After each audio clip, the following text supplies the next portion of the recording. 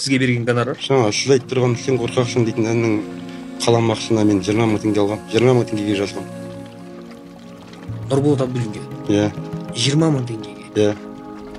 Одан кейін жалпы тойларға шыққаннан кейін сізге бір бауырым мына өзіңе деген сияқты бір дүние бермеді ме? Тойларға шыққаннан кейін берген ғой жаңағы. Шыққаннан кейін бірден берген жоқ. Хит болып кетсе берем, еңбегіңді жемейін деді.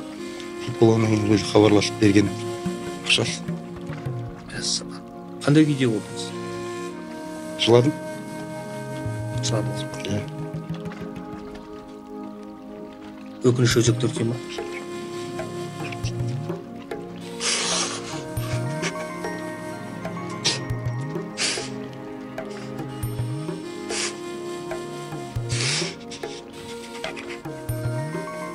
Айта беріңіз. Енді жан жеріңізге тиіп кетсем айып етпеңіз. Шындық қой бәрі.